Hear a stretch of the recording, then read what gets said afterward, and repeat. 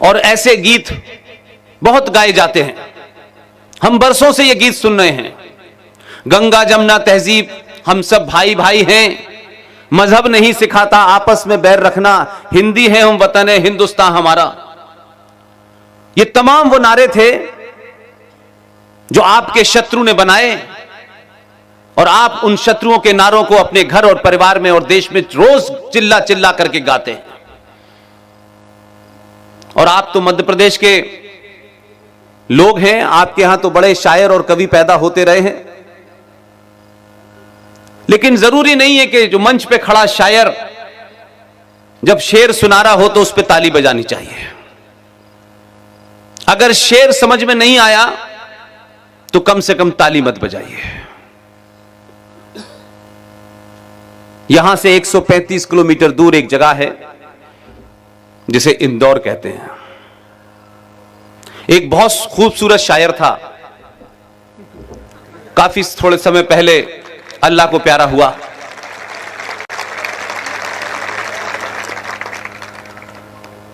हम उसकी शायरी का न मतलब समझे, न उसके पीछे का भाव समझे, लेकिन हमें शौक है कि शायर ने कोई बात कही है तो बहुत अच्छी बात कही होगी। और इस गफलत में आप, जो शायर आपको गाली दे रहा है, आपने उस पे भी वाह वाह कहा। इसलिए ये शेर व शायरी का समय समाप्त हो गया है। देश में सरकार आपने बदली है, लेकिन मैं आपके सामने ईमानदारी से यह कह रहा हूं कि जितनी भी लगातार मैं सभाएं करता हूं, जहां भी जाता हूं, आज की सभा को देख के मुझे ऐसा लगता है कि ये जो बदलाव है, जब भारतीय समाज आराम से सोने का समय हो तब मुझे सुनने आए, तो समझ लीजिए कि इस देश में शाहीन बाग क्यों पैदा हो रहे हैं।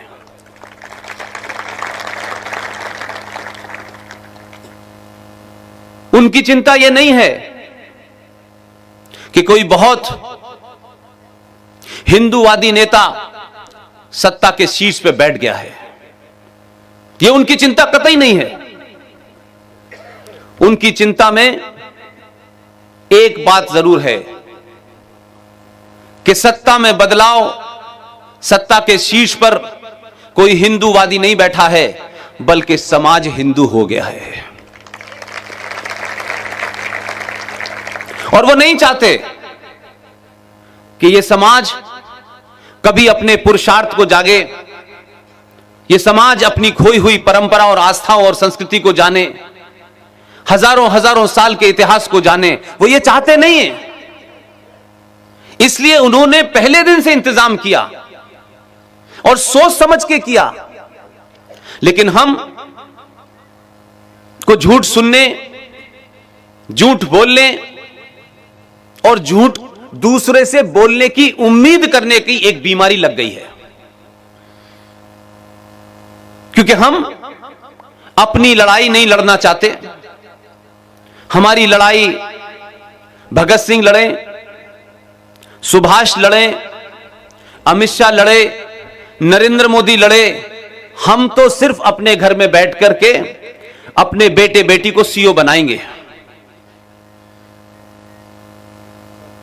यही कारण है कि आप सीईओ बनाते हैं, आप पायलट बनाते हैं, आप अपने बेटे को जहाज उड़ाने के लिए बोलते हैं और वो जहाज उड़ा देते हैं।